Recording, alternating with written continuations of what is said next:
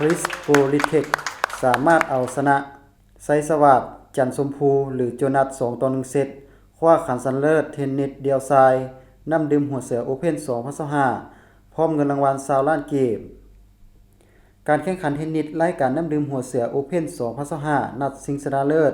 มีขึ้นในตอนค่ำวันที่10มิถุนายน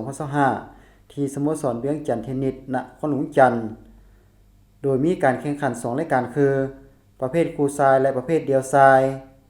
ซึ่งมีนักกีฬามาจากบรรดาประเทศเพื่อนบ้านมาเข้าร่วมแข่งขันคือประเทศไทยฟิลิปปินส์สิงคโปร์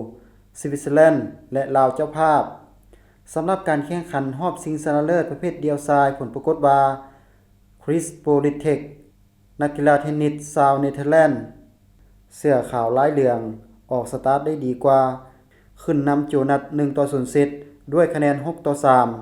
ก่อนจะมาแข่งขันกันต่อในเซตที่2และก็เป็นฝ่ายโจนัสกลับมาเร่งเครื่องร้อนนำมาตีเสมอคริส6-6คะแนนส่งผลให้ทั้งสองต้องมาดวลกันที่ไทเบรก